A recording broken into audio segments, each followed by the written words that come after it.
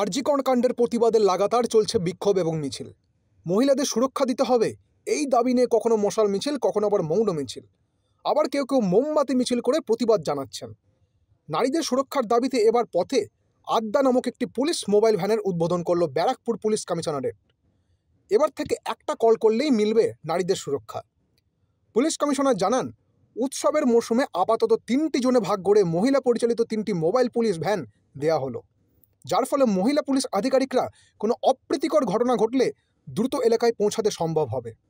মায়ে একটা শক্তি, আর আমাদের লেডি কনস্টেবলস, আমাদের লেডি অফিসার্স, এটা আমাদের পুলিশ ডিপার্টমেন্টের শক্তি আছে, যারা আমাদের সমাজে যারা মহিলা বর্গ আছে তাদেরকে সুরক্ষা দেবে।